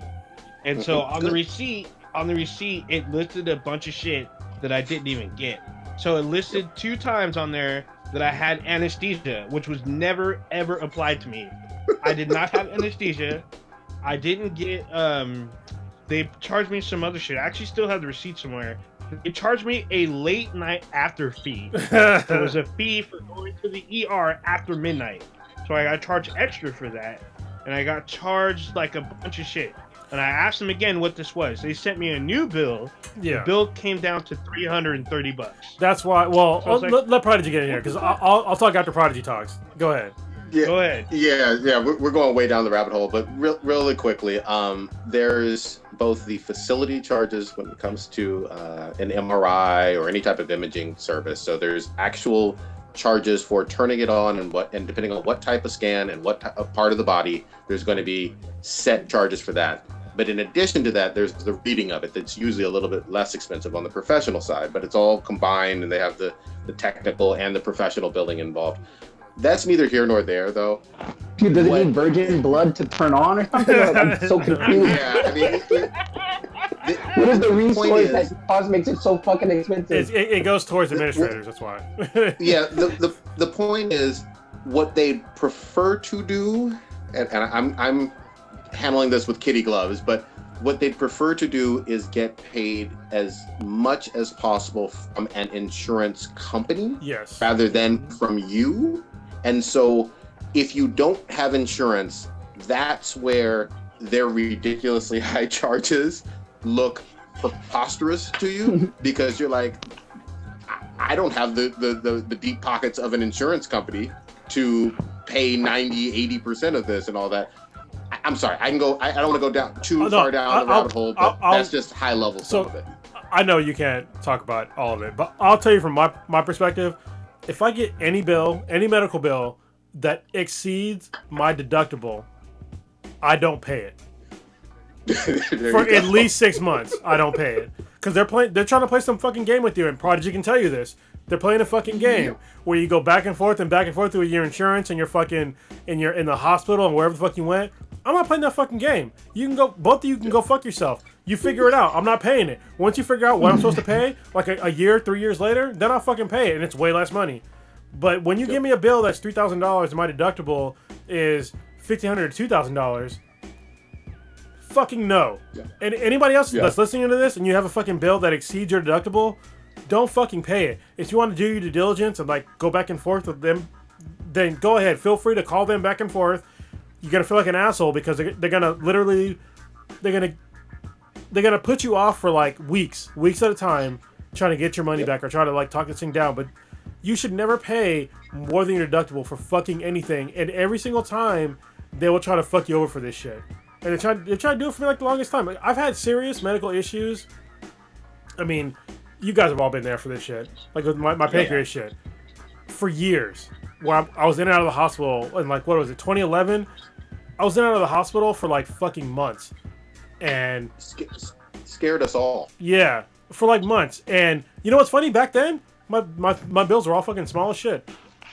Yep. And I got the whole bills. Like I couldn't agree more with you. That's real grown man talk. I'm gonna put this out there. If anybody has questions, especially if you're here in California, hit us up on Be Them BTI. I'll give you some unfiltered insight into it, free of charge. I really will. I'm gonna have to talk to you after this podcast. I got a few questions for myself. It's some crazy shit. But yeah, definitely. I mean, we need. This is how like our system is broken, and it needs to get fixed. And if people don't realize that, then you're either healthy or you have something that's paying for all your shit, or you're not paying your shit. So I'm gonna throw out one other thing too. You know, we used to have somewhere in the top 5, top 8 in the entire world when it comes to infant mortality, which is like a super nerdy medical healthiness level. Yeah. And obviously Kronos and Stitch kind of know about this in terms of being fathers. But the U.S. used to do really, really well compared to other Western countries when it comes to something as basic for healthcare as infant mortality. And now we are down, last I checked, we were down in 30s for that out of all the other Western countries. We're better than like Djibouti, but we have a long way to go. Well, what's insane now is that there's this whole like mother mortality rate with like African American women. I'm like, how the fuck is this rising? And this goes back to like super old medical books that they were led to believe that, African American women can take more pain than Caucasian women. And this is fucking totally true. Yeah, that's so true. And it's like this is a documentary in different kind of books. Yeah, and they'll just clarify what's true, please. I'm clarifying that there are medical books that told doctors that African American women, or people from African descent, can take more pain than Caucasians. The only reason why you have modern gynecology as a discipline of medicine is because of basically experimenting on slave black women against their fucking will, and then believing that they have some superhuman pain threshold when it was really just some racist stuff. And the father of that, I forget the doctor's name, is still celebrated as the father of gynecology. Y'all can look that up, or I can send some links if you like it. But yeah, in addition to that, there's obviously all the stuff with the Tuskegee experiments and all that other stuff, where yes, there's a good reason why our grandparents and some of our parents have an apprehensive stance on medical care in the African American community. It's not just because they're spooked by people in lab coats. No, they knew cousins and uncles and people who had been experimented on, or had heard stories of that scared the shit out of us. Well, and that is still father of gynecology. When I looked up father of gynecology, it was J. Marin Sims. And it looks like, he looks like he practiced a lot of his stuff on African American women. So what Prodigy was talking about, all that stuff, it still affects African American communities to this day. If you look at the coronavirus numbers right now, it affects way more minorities. It affects minorities way more than Caucasians because of the fact that most older people don't want to go to the doctor, and they have all these fucking problems. So it's like a threefold effect. They're distrustful of the medical treatment in America. They're distrustful of government, and they are generally unhealthier than most people in America because they, at least the older African American people, they have been like really shit on. Like, well, it's just like back when like redlining happened, you know, before the civil rights movement, people of that era are like disenfranchised with all that shit because they got fucked over by all these people. And so that's coming to head today, and people are like on the news like, I wonder why it's affecting black communities. It's like it's affecting older black communities that aren't healthy because of shit that happened 50 fucking years ago. And if you don't see those correlations, then you're fucking stupid. Like, it's not affecting me because I didn't go through that shit. Like, honestly, right now, if I didn't live with somebody that was at risk for this, then I would get groceries one more often. I would still stay at home, but you know, today, like, I have to like rely on, you know, Instacart and all this other shit. I've literally been out of the house to go to the grocery store twice in 5 fucking weeks. Yeah. And that's it. That's it. Today was the first time I had food other than some food that I cooked myself. I ordered some pizza, and that was like with K-Mac, that was like a huge deal. So yeah, I got a coupon for 30% off on Round Table Pizza. I did too, but guess what? Yeah. The one they gave you, that one they won't deliver to you. So you need to use DoorDash to get that Round Table Pizza, and they don't take that coupon. I learned that today because I got Round Table today. I went to pick mine up. So I picked it up. Okay, yeah, they wouldn't deliver, so I was like, I can't go. It sucks. Really quick before we switch gears, one last thing about the medical thing. I found this out the hard way, but if you are like really sick and you do not have insurance, a hospital cannot turn you away if you do not have insurance. So they sure can't bill you. I told them when I went that I didn't have insurance, and I got turned away. They're all, we can't see you. And I was like, what the hell? Can I tell you a buzzword that's going to actually change that for almost anybody? The actual law is called the EMTALA laws that prevent you from turning away somebody at the emergency department for lack of insurance or ability to pay. Meaning, if you are homeless or completely passed out or don't have anything, no matter what in this country, you are allowed to go to any emergency department and receive care. If they do not do that and they're violating the EMTALA laws, and you have the means of doing a lawsuit, woe be on them. But even the word EMTALA is going to put some fear into most people in healthcare. Is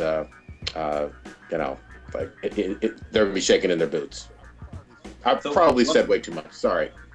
No, but yeah, man, that was deep information. Before we segue, I just want to give a quick shout out to Clay up in the chat room. That guy's pretty busy chatting with all this like comments and stuff like that, but also with Warrior Fella, he's up in there too. So shout out to them. They're true soldiers. Hell yeah. Through this pandemic. Honestly, Prodigy, like this is the perfect time for to start a new business, and I honestly feel like you have like all this knowledge that you're like sitting on that you can't say about. But if we could just fucking quit our jobs and start our own fucking business, we can just like let the cat out of the fucking bag and just like fuck all that shit. And like right now is the best time to do it. Like seriously, like I talked to K-Mac right when this first started. I was like, when all these interest rates dropped, like they dropped it to start new businesses. This is the main reason why they did this shit, because I knew that like a lot of businesses here in America are gonna close shop and they are never coming back ever. So all of these small business loans they're talking about are in the interest rates going low. It's to start new businesses, and I feel like we might miss our opportunity to like get our own shit going. Like beyond this podcast, and obviously I want this podcast to keep going, but I feel like there's an opportunity here for us, all of us, to like stop working for somebody else and just fucking tell the truth on all this bullshit and like actually make a real difference in people's lives. Like a legit difference. I love that because I tell you what, my dick pic calendars are not selling like they used to. That's why you can't give Prodigy free speech. Yeah. But he gets free dick Like pics, for, so I for mean, me, like doing photography and stuff like that, like man, like I really wish I can like do what I want to do, but it's just all the bureaucrats with like doing shit like that it's ridiculous. But what if we had like a thing where we could just have like if we all went on a business and we just all did what we wanted to do? I mean, I feel seriously. like I probably would hustle. I think I would hustle more if I relied on my photography. Like if I couldn't find another job, like I think I would probably more marketing more on my photography and this and that. So I think it's mainly because the uncertainty of running your own business holds me back from what I would love to do. I think that right now is the best time to do it, at least to start it and to see like where it's gonna go. No, photography with the whole shelter in place. Well, yeah, I mean obviously, but we could like put the what do you call it? Sorry, I've been drinking. But at least get the scaffolding going. Like get the scaffolding going. Yes. To like get this together and like start doing it. If it doesn't work out, it doesn't work out. But, yeah, the foundation. Thank you. But like the actual interest rates on getting loans are so fucking low right now, and there's really low risk for all of us to like get something going with all our families and just like fuck this. We can do shit on our own, and we could stop relying on somebody else. You know, for doing what we really want to do. All of us on this podcast are good at something specifically. And these are things that we can all, like, at least at minimum, just teach somebody. You know what I mean? Yeah. No, I agree. I think we need to get it organized, and this is a great time for self-evaluation and trying to figure out what you want to do in your life, because holy shit, we're all at home. Hey, is that Charlie or your other? This is so chill. Yeah. Hold on, That's awesome. I'll put up it. Wow. So this is our new dog. She's probably a Chihuahua mixed with a weenie dog. She's got a crazy coat. Yeah, but it's so chill. It's so for short, but it's Aztec for a flower. That's awesome. Yeah, hey. She's great. She's a great dog, but she's got fucking 9 nipples. Why are you showing nipples? You can't do it on YouTube. God damn! I've seen dog nipples on our show. That's the first. She's an odd dog. But she's sweet. I was gonna switch it up a little bit and just get into some of this gaming stuff. What y'all gaming on? What y'all enjoying? Hopefully, it's any Animal Crossing weeb shit. Yeah. Wait, what if it is though? Final Fantasy. Fuck you. What are you finna do? I've been playing. Well, y'all played what? Last week we played Borderlands. Borderlands, yeah. And my boy Patrick, he got to come on. He was from the Brothers in Craft Brew crew, so nice. it was cool to play with him. Oh yeah, your little society that we're not a part of. I invited you, motherfuckers. What are you talking about? I got the invite. And I like. I'm in there. Yeah, I invited you guys. Anyway, when you sign up, a beer magically shows up in your hand. Yeah, it's a good crew.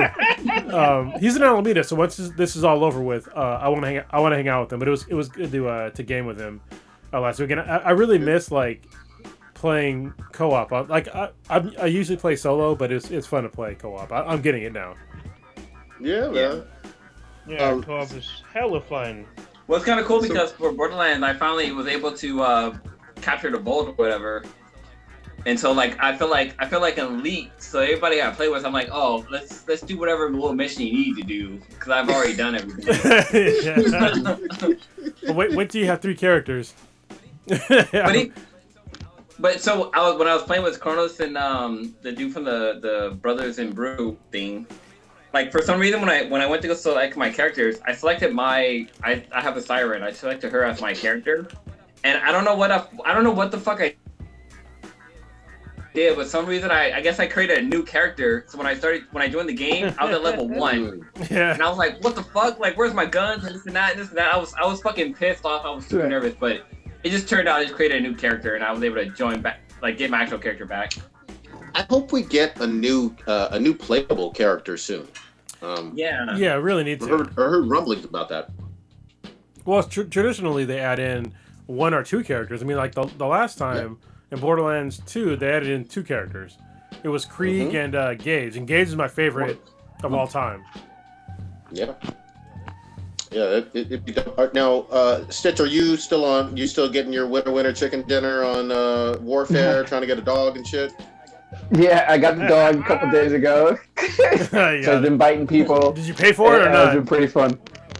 No, I didn't pay for this one. I was mad I paid for the other one. They got me. They hustled me. But I learned. So, I mean, it's season 3 of the Battle Pass. I've been playing off and on that.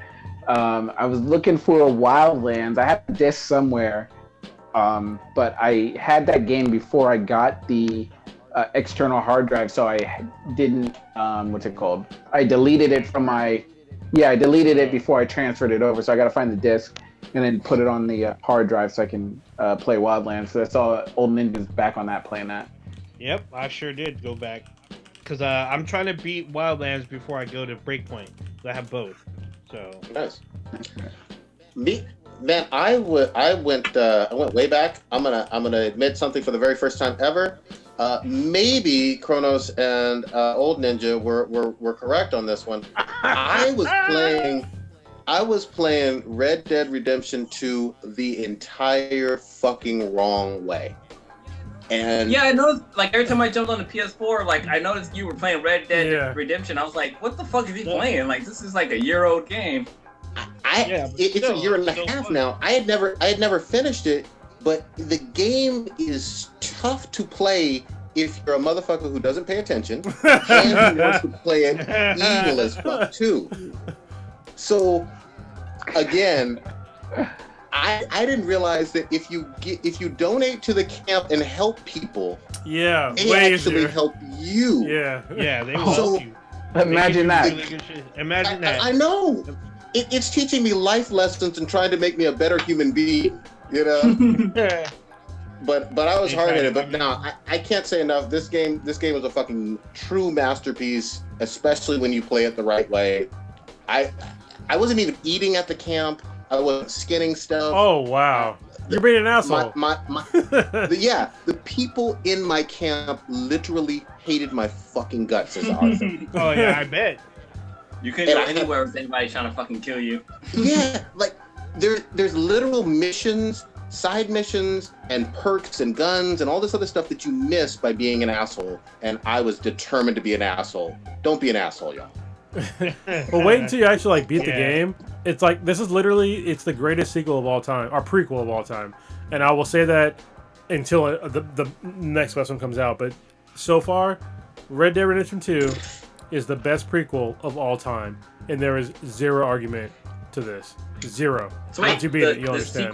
I can't even think of a better period game because it's kind of like it's a cowboy game in like 1899.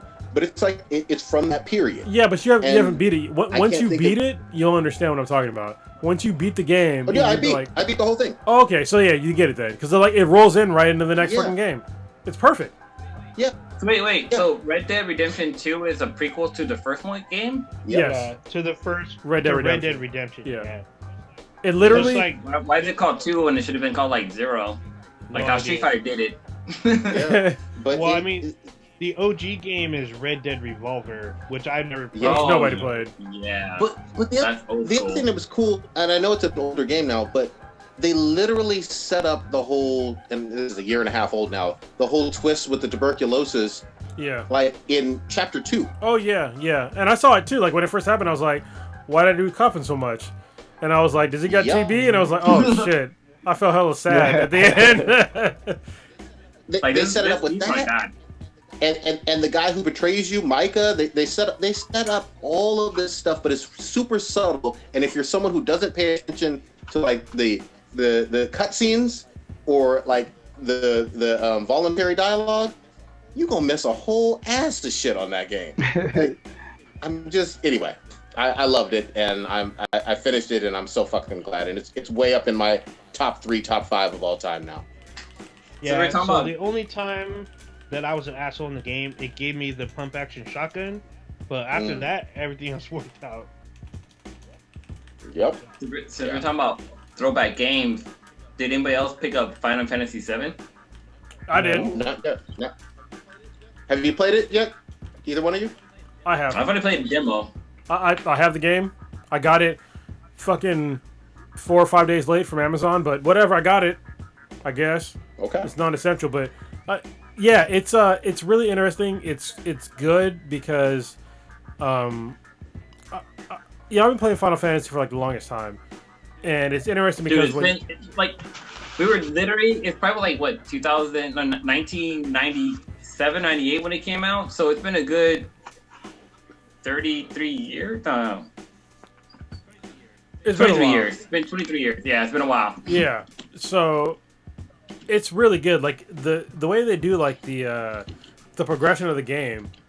Like when you're in like the middle of like battles and stuff like that, and the whole new battle system is really good. I think it's going to age really well. But you can also play the old turn-based system style. But I played the new style, which is fine with me. But I think it's great that they modernized the game for people. But I still think they should have like redone Final Fantasy VI. That's the best game in the series. But this one's really good. People will definitely like this game. They might go backwards. You know, I mean, obviously Capcom has been doing some excellent stuff with the Resident Evil kind of remakes. Yeah, but maybe they'll look at this and go back to 6. There's a problem though. All right, so if you look at the highest selling Final Fantasy games of all time, 6 isn't not even in the picture because when it came out, it was like Super Famicom days, Super Nintendo days. Gotcha. When like people weren't buying, people that were buying, Japanese RPG games were like super nerds like me. There weren't many of us back in fucking the mid to late 90s. So, but when you look at the latest games, yeah, everybody's playing them now. But even still, they're not high-selling games. Final Fantasy VII Remake will probably be high-selling, which I have no doubt. But 6 is just like... It's like when people... This is a perfect example. When they announced that they're going to remake Saints Row the 3rd. And everybody's like, me including, I'm like, oh my god, they're redoing Saints Row the 3rd. It's a fucking great game. Then you have all these people that are saying that Saints Row the 2nd is better. And I'm just like, first of all, I played Saints Row 2, and it fucking sucked. The controls were garbage. The storyline, I couldn't even get to the whole storyline because the controls are so fucking bad. Alright? Final Fantasy 6 didn't have those problems. Like, the controls were still, you can still control it like normally, as far as like a turn-based system goes. At the same time, though, a turn-based system in an RPG might be a little too antiquated for most people. That's why I can appreciate Final Fantasy VII's new like style of gameplay. But yeah, people need to recognize that when you remake, there's a difference between a remake and like a remaster. So and I think that actually, Prodigy, you actually asked the question, didn't you? Yeah, I was asking because it was brand new news. I was asking if this Saints Row was a remaster or a remake, but it looks like it is a remastered game, which is totally fine. My only caveat, and don't get me wrong, of course I love Saints Row the 3rd. I feel like I don't want to pay. I don't know if it's worth paying $60 full for Final this Fantasy? game. Or like no, for Saints Row the 3rd. Okay, yeah. Okay, I'm with you on that. Yeah. If it was $40 or $30, maybe for me. But it's also, I'm gonna have to put some distance between playing Red Dead Redemption 2 and a game from like 2011, 2010. Oh, wait. Hold on. Have you played the online for Red Dead Redemption yet? No, I didn't dip my toe in yet. I will. So that is basically a whole separate game because you create your character and it has literally like online missions which you can play by yourself or cooperatively. So you have the first, I think there's 4 missions. They're like training missions, but they give you weapons and money, but you have to play them, and then once you're done, you go into the world itself, which is literally the entire game. The world. Should I be an asshole? Could I be an asshole? Yes, you can. You can do whatever you want. Yeah, a lot of people are assholes in the game, but now they added like you can choose a career path in the game. You can be a bounty hunter, you can be a lawman, you can be a crook, you can be, I think there's 2 more, a gambler, I think, something like that. There's a few more. I haven't gone back because they've updated the game multiple times since it came out of beta. So there's a bunch of shit you can do in the online, which kind of you jumping should back check to out. Jumping back to Final Fantasy VII, like when the original game came out, like there's a meme going around right now that says like, you know, there's that person that's doing, there's a picture of the Terminator guy, and he's like, it says like people who do the side missions, and they have like the first boss. Like when I played Final Fantasy, like all my characters were level 99. Like every one of my characters were level 99. Like even like the I was thinking of the little yellow ostriches character, like the chochos or whatever. Like all I capped those out too. Chocobos. And like literally, I let one of my friends, Kronos, know who I'm talking about. I let him borrow my PlayStation 4, and this motherfucker somehow wiped out my whole memory card. Ooh. So I got to the point where I was gonna fight Sephiroth, and my memory card was fucking wiped out. So everything I played was fucking gone. Damn. And like I want to play Final Fantasy VII just so I can get that satisfaction to know that like I actually fucking beat this game. Nice. But, well, then just get a new one, because if you play the old one, it's gonna look like dog shit. Yeah, it's gonna look like dog shit. Yeah. But I played Final Fantasy Crisis and past that, and like I watched the anime that they released in like Final Fantasy Crisis and all that. But I'm actually looking like I want to buy the physical copy, but with Amazon and they're like essential worker type shit going on. Like I'm a little legged. I'm really not expecting to buy the game, but I'm gonna probably buy like the DLC for not a DLC, but I'll probably buy it on PlayStation Network. Mm-hmm. I'm done. There you go. Good shit. Yes. So, yeah, man. Did y'all want to talk about the free games that are dropping? Oh yeah. What's free? So I guess was it? We talked about Uncharted 4 being free on PSN, but they also added Prodigy's favorite game, which everyone's gonna be Journey. Journey's gonna be free. That's gonna be free on PSN. So, hey, Journey's a game it won a Grammy for its music. Oh wow! Look here. Game. Overwatch didn't win no Grammy. Yeah. Eddie, come around here, big. But yeah, I mean, look, everybody was. I remember back. What was it? 2010, 09, whatever Journey came out. Everybody was sucking his dick and all of that. And it's not a bad game, but the hype just didn't work for me, man. But more power to you. You know, you and your weebs with Animal Crossing and your Journey weebs, y'all can just go somewhere and fuck yourselves. You talking about weebs? What the fuck you talking about, man? Wait, Journey had potential though. Which one, Journey? Yeah, Journey had potential. Like what they showed at E3, it looked like it was gonna be like an epic fucking game. Yeah, but hold on, stop. Prodigy's talking about weebs, and he's playing goddamn Monster Hunter. Are you fucking for real? Like, what the fuck? I ain't forgot. Get the fuck out of here. My cat needs to eat his veggie plate. You know. Well, it's hilarious how he started playing Monster Hunter and all of a sudden now he's got no balls. I'm just saying that's a correlation. Just saying they snipped him. Well, actually, wait, no, Journey. Yeah, Journey looks like a pretty decent game. Journey looks like a independent game, like the fact that you're like a shadow basically going through the desert. Yeah. Like, hold on. Journey's the perfect game for this crisis because you go around looking for somebody and you don't find nobody. Yeah. You're in isolation. Yeah, it's short, but it's awesome. It's awesome that PlayStation has given away, critically acclaimed, fun first party games of theirs. That's awesome. So this isn't like a PS Plus exclusive game. This is if you play a PlayStation 4, you can download this game for free. I believe so. Right? Is that correct? I believe so. Yeah, it's an extra one. 2 extras. Yeah. Nice. What's Xbox? The other game is, remember. I was just gonna say, the other game is it's Uncharted, right? Yeah. Yeah. The whole collection, right? Like Uncharted, all three games. There's 4, I thought. Wasn't there 4? Yeah, it is. It's all. I thought there was 4 of games. them. Yeah. When I went on the website, it said collection. So I'm assuming it's all. Yeah, it's a collection and Uncharted 4.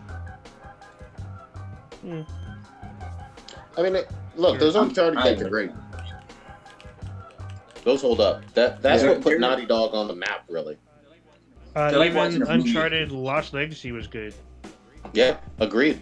I need to replay that one. I'm fucking down for it and shit. Yeah, so it's the Nathan Drake Collective that it is free with Journey from April 15th through May 5th. And it doesn't look like this is not tied to PlayStation Plus. It's free games to play at home, which is yeah, that's pretty cool. What's really cool is that if you haven't been playing Borderlands 3 lately, you should be jumping up on there and squatting up because they've set up a system where if you play with multiple people, they have the loot trolls or whatever, where you can get a bunch of legendary weapons from these fools if you were to take them out. And if you have two people, you get I think you get 2 trolls, but if you have up to 4, you get up to 4 trolls. So you can get some pretty good fucking shit. Well, I wish Prodigy. I sent you a screenshot, when we last played on Borderlands 3. Oh yeah. You got to share that out onto one of our social media platforms, where it's literally the whole screen was fucking legendaries. That shit was insane. Yeah, y'all remember that shit? Awesome. I was like, damn. Yeah. Oh yeah. And I was just flooding. It was raining. Yeah, and I kept just throwing out all my legendaries. So I was this is shit I don't even fucking need because I had so many legendaries. But yeah, I was like, I need this bacon. Yeah, if y'all want to play with us sometime, I mean, I should have. We didn't Twitch it out. We should have Twitched it out. But that was a fun one. Doing that whole challenge was really fun. Yeah, we could try to get on now that I finished Red Dead. Let's try to get back on there on Friday night gaming, Thursday night gaming, whatever it is. But let's do some more co-op and Twitch it out. Sure. Yep. Yeah, I haven't started the DLC yet, so we can run through that. I know you guys are all about it, so we'll be able to run through that. Yeah, you gotta do it because Prodigy would love the new DLC from Borderlands because it's basically fucking H.G. Lovecraft. So it's all about tentacles and shit and gayness. Let me play. I'm still trying to play the Moxie's Heist. Oh yeah, beat that yet? Too. Yeah, that's a good one.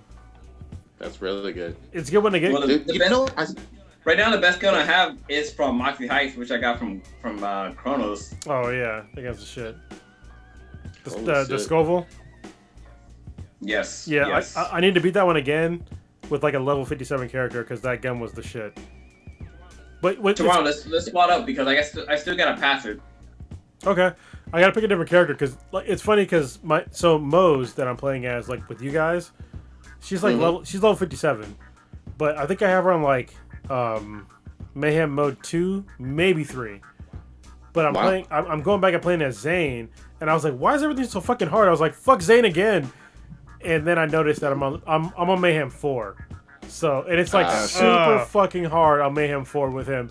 I don't die as much, but it's just I literally run out of fucking bullets. It's just dude, it's so fucking hard. That's the worst. I want to start a Flak. Is that how you pronounce it? Flak? Yeah, it's Flak. Yeah, I have one of him. Yeah. Oh, Flak. Yeah, I want to start a character and level him all the way up because I was so close to choosing that class over Mose. But anyway, I'll give it a shot. Well, so Mose, the reason why I like Mose probably even more than Zane right now, I hate to say it, is that when you're playing as Mose and you're in deep trouble with enemies, you can just do your ultimate and you're invincible for a little while. Basically invincible for a little while. And then once you come out, you have all your health and you're still good to go. You can still keep firing. But with Zane and even with Zane mostly, we do his ultimate, you're still fucked for a little while. And with Flak, unless you do his fadeaway, you can still be fucked. So I don't really everybody I play with. I've never played with recently when I played with Oninja, but nobody ever played with the Siren. The Siren has some pretty badass powers. Once you build her powers up, she does some fucking epic damage. Some of her powers is we use her special abilities. She has a black hole that she would throw up in the air, and other characters would zoom into that area and they take on damage. So you have the ability to with the black hole. She also has a fisting movement, so anybody who's in the vicinity gets fucking smashed and stuff like that. I take out so many characters using her special move. Just right up the pussy. So you like the fisting? Yeah. She is the queen of fisting. Oh my goodness. Fisting and dog nipples. Mm-hmm. Okay. Wait till, I mean, honestly, Don't judge. When I played as Mose, I didn't think I was gonna like her until like saw her, like I built her out like the way I wanted her to do, and it's just like when I get like more explosive damage, like every few bullets do explosive damage, and I get incendiary damage. Plus, I have regenerating magazines, and every other bullet I don't doesn't get used as a bullet, so it's pretty. I had to get used to like playing as her. Because like with Zane, it was like way more straightforward. With her, it was like you gotta like really read what her perks were. So yeah. And there are some things on her that are completely useless. Like at least to me, like she has one. I think it was on the shield skill where she does like a melee with her mech that's like a bear claw. Oh yeah, I didn't do that. Fuck? Yeah, what like grabs and shit. Like, yeah, I don't give a fuck. I use the nuke. Goddammit, the nuke is the shit. Yeah, I want to shoot shit. Especially with the nuke. Kind of switching, not switching gears, but like earlier we talked about how like with movie theaters they're pushing movies back and stuff like that. Do you guys feel like the COVID-19 have an impact on games getting released? Oh yeah, no, got to. I don't think so. It shouldn't. Well, I mean, isn't Last of Us 2 pushed back because of COVID, as well as what was the other one? There's one more. I don't think they needed to. I mean, to be honest with you, they shouldn't have pushed it back. I mean, right now, what is the main thing that people can do? Game. Stay at home and fucking game. And honestly, if The Last of Us 2 was not comfortable with like releasing their game physically, they could at least still done it digitally. I would have still gotten the game physically. I prefer the physical game, but I would have downloaded it digitally if I had the chance. But they're not gonna do it. Like the developers needed more time to like work on the game, like that's fine. Yeah, they can work on that shit from home.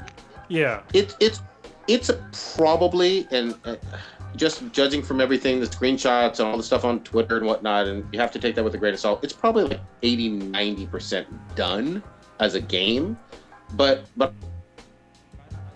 I think what is probably scaring them a little bit, and it's probably not Naughty Dog, it's probably more like Sony, is not the virus itself, but just the whole economic impact. I mean, you got a lot of people out of work all over the world. I got you, yeah. That makes more sense. Yeah.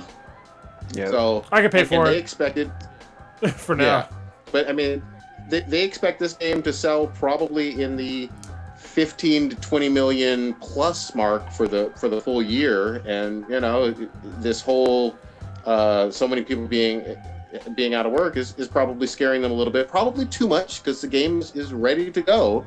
And then the other thing is they're being a little cautious on the whole timeline of PS5 versus PS4's swan song. Well, and the PS5, I mean, we said it for like the past fucking months now, is that we still don't we have a look at the controller, which looks okay, I guess, but we still have no idea what the PS5 is going to look like.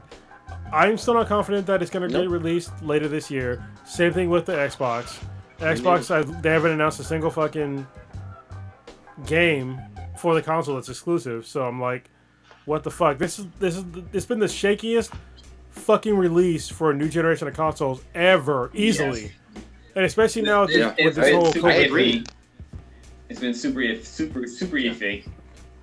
Yeah, and the other thing is, just from the component standpoint, I'm sure both of them are struggling to ensure that they have an adequate supply and all those parts that are needed and all of that. Because, look, the supply chain globally has been fucked up with all of this going on. So, dude, I've been trying to get a webcam. I've been trying to get a webcam for the last 2 weeks. And I think it's going to get delivered in like May something still. Jesus Christ. Yeah. So, like, well, shit's hard out there. Do we have another Ethan B? Actually, yes, there's one more. There's another one I do on the list. So there's another coronavirus related one. So, right now with everybody like trying to social distance and blah blah blah blah. If handshakes were to be out, what would be your best replacement for showing your like interacting with somebody? Instead of saying like shaking hands, what would be the best way to kind of take over for shaking hands? The Wakanda X. I'm gonna do Wakanda. I'm gonna go with I'm gonna go with Demolition Man, where you're like an inch or so away, and then you do the little circle wave. So you never touch. Yeah. 3 seashells. That's kind of cool. For me, it's gonna be the kid and play, like the whole little like come in, tap your foot, and like around. Hey, a lot of people are not coordinated enough to do that, dude. Well, fuck it. If you can tap foot, that's cool with me. Awesome. I mean, you can go old school. You like grab each other's wrists and shake hands. No, you can't do that either. That would defeat the purpose. Yeah. Yeah, it does. But yeah, unless that person haven't washed their fucking arms, I guess. I don't know. You're still getting a hand on them. Yeah, that's true. What's your Stitch? I kind of like the flip tap idea. I mean, the Wakanda thing would be my go-to. I'm gonna start using the Wakanda thing now. I mean, I guess Japan had it right because they have the whole fucking bowing system. So I guess I can't see myself bowing to nobody. Like, hey, Danny, hey, Blue, how you doing? Like, man, fucking man. You just get the head nod. There you go. The whole thing. We can do the traditional like black person thing where you see another black person, you be like, there you go. Yeah, there you go. There you go. Give the look. Old Ninja, what you got popping this week besides staying in place and sheltering? Just doing more gaming and catching up on some of the shows. Like, I finished Gotham finally, and dude, Gotham was a shit. Gotham was okay. I mean, no, it was a shit, man. Exactly. You said the wrong word. It was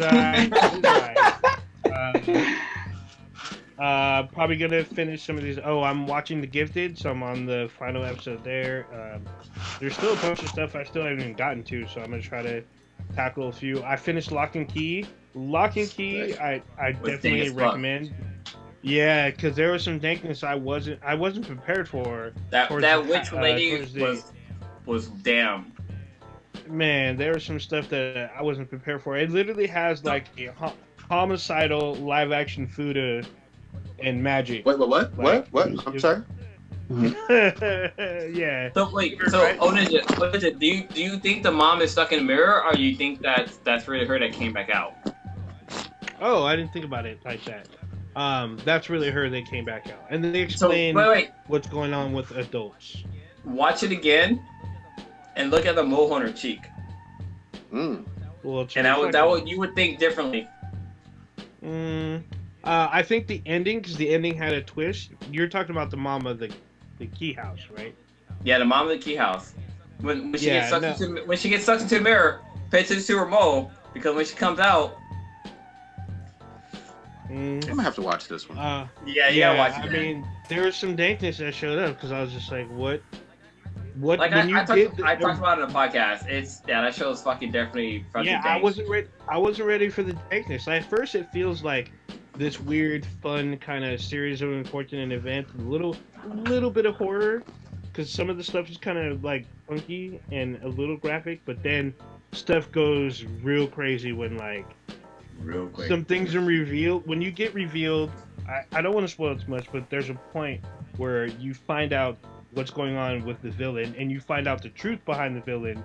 Things get even more crazy, and I'm just like, oh my god. And then like season 2 is supposed to be coming.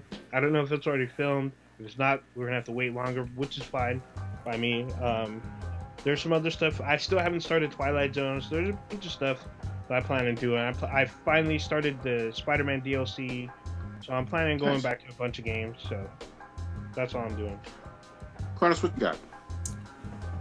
Just hanging out with the kid, because she has no daycare. It's been still crazy. 5 weeks now with no daycare. But yeah, it's been kind of cool because her school is not doing like e-learning, so that's been definitely a help. So I appreciate that. Other than that, just gaming a little bit and catching up on some shows. So did y'all watch Tiger King, the extra episode? No, not the new thing. So I haven't watched it yet. It's you don't really need to. I'm just saying, it's not what you're expecting. just boy. get ready to get let down. All right. Oh shit. What didn't Fox pick them up? Like they're actually making or some network picked it up and they're gonna show like some unseen footage and behind the scene type shit. I mean, there's a lot of behind the scenes shit that can be put out there, but this latest episode was like narrated by Joel McHale, and it's just like it's not the show that you're used to. So don't go expecting like the craziness that you saw. It's like some after hours shit. It's not great. I didn't dislike it, but it's not what I was expecting. So I'll leave it at that. Shit. So yeah, don't be all excited watching this show for the last episode, because you ain't gonna see fucking Joe, you ain't gonna see fucking Carol Baskin, kill her husband. you ain't gonna see a whole bunch of people. Damn. Yeah. So anyway, yeah, that's all I got. Stitch, what you got? Papa Lady. I'm probably gonna try to just cook some more random foods that I see on the internet and just try to expand my cooking. I saw that Food Wars. I think I saw Food Wars new season came out, if I saw correctly. So I might check that. I might end up watching that with the baby because we both don't know Japanese, so it'll be kind of interesting. Give her the foundation and experiencing good anime with not dubbed, bro, or whatever. You gotta get some of that sous vide shit. I'm just saying. Get that sous vide shit. Just do it. I got so many damn baby warmers. Like I don't have kitchen space now because Megan's got the baby bottle warmers and dryers and all kinds of stuff like that. So it's like y'all fucked up. Take all that and put on a bottle of water and you can probably cook a steak on them. Yeah, see, hold on, Stitch, you fucked up because you gave her warm milk. I'm just like, we had our youngest. I was like, yo, you getting room temperature or cold? And she got used to it. She didn't even like. Yeah, she didn't give a fuck. Megan. I mean, Lilo's breastfeeding, so it gets frozen. So we got to heat it up or whatever. So and then she got all these fancy little scientific room temperature, and that's it. No higher. And then don't put this shit in the microwave. She's gonna really become a real Stormy. Oh yeah, no, you can't put it in the microwave and everything. That's all bad. So yeah, and I was thinking about maybe like barbecuing just one random day, just getting. I mean, just to sort of mentally, because the weather's been pretty nice, the past 2-3 days. It's been warm today. Really. So it's like I might just grab like a ribeye, or actually I might do some ribs since I got nothing but time. I might as well just try to do some ribs and pull out a recipe or something. Just try to get a good rub, marinate them for a day, and then throw them on the grill and just try to experiment. Hold on, are you gonna rub one out? Rub one out on the rib. Just saying. I'll take it. Yeah, and then also I was going to, because I've talked about it before. I like going to zoos and everything like that, but obviously you can't go to a zoo now. But I think I've seen some of the zoos sort of kind of transition into live streaming some of their animals and everything. So I might see if some of the local zoos around here are doing some stuff like that, so I can just watch with the baby and entertain her with and talk to her and point out on the screen, go, yeah, that's a orangutan and stuff like that. So I might do something like that. That's a good one. All right. Lou, what you got? Oh man, I got so much shit fucking happening this weekend. No, you don't. It's insane. You going to the club? I'm gonna hit up the club. I'm gonna do this. No, so seriously, since Sweetness and I have our house, I've been doing a lot of yard work. So last week, I was doing. So we have we have 3 Japanese maple trees. What the fuck? What the fuck was that? What? Is he throwing up? So let me reverse knees. My dogs are fighting right now. So. All right. Oh, hold on, I gotta put it on blue. There we go. Okay. Yeah. They're not fighting anymore. But so I've been working in the backyard. Cronus probably knows this. You have long grass that grows out of nowhere. So I've been trying to work in the backyard. The Sweetness and I have been watching the Marvel movies in chronological order. Nice. So right now we're up to Guardians of the Galaxy 2. So we watched. Iron Man 1 and 2 and 3. We watched Captain America 1 and 2. We watched Captain Marvel. We watched Avengers movie. We're pretty deep into it, so we got like maybe like another 12 movies to watch before we get to where we need to be. But actually, if you watch them, they work out. Like they live up like because like Iron Man 1 came out like about 10 years ago. 2000. And it lives up.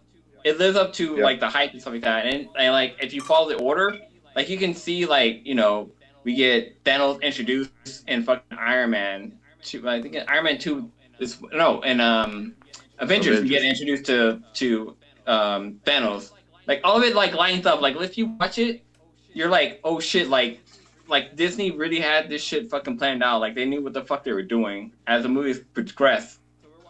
So we're watching that. Let's see here, look at them. They just looked down. They knew they were on camera, like so they fucking stopped. Yeah, don't put me out there.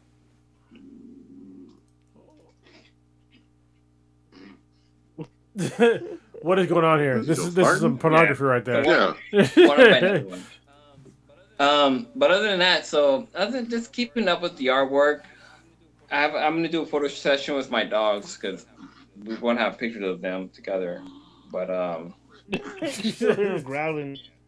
Yeah, That's it's great. mainly it's just one of them that's doing it. So like they're fighting over the bed. So if you like look at them. Oh, I see it. Yeah, there we go. Fuck them up. I got 10 on it. 10 on it. Good I shit. didn't do it. But that's it. That's all that's going on with me. For me, I got the opportunity literally tonight to show my kids how to play dominoes, and we're gonna do some other board games. Dominoes, motherfucker! Maybe. Hey, did you break the table when you said dominoes? I sure as fuck tried to, because Hell yeah. my kid needs to learn. You And know, then I made math. fun of him for not adding up his points. I was like, you don't get the points if you don't call it out. Yeah. So, Yeah. What about spades and pity pat? yeah, we're gonna learn spades. We're gonna work on Monopoly, and I'm gonna really make both of them cry when I teach them how to play Sorry. Hey, Not so those are some sorry. really good math experiences and life skills. Hey, are you guys playing the game of life? Because that's super life skills right there. Yeah, I think we actually have life. So we're doing some family board game night, and seeing how that goes. And then of course, I'm in the triple digits on my Pirate King One Piece. If I finish One Piece before this fucking Rona is Holy going shit. on, holy shit, that just says a lot about us.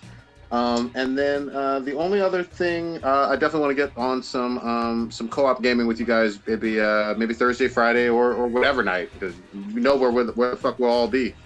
Yeah. Yep. Take us out, old ninja. Not me. I'll be at a Alright. strip club. Oh shit! Waited too long. Waited too long. You just experienced. Oh wait, what's still on? No, you're good. Go. You just experienced Black and Black times Infinity.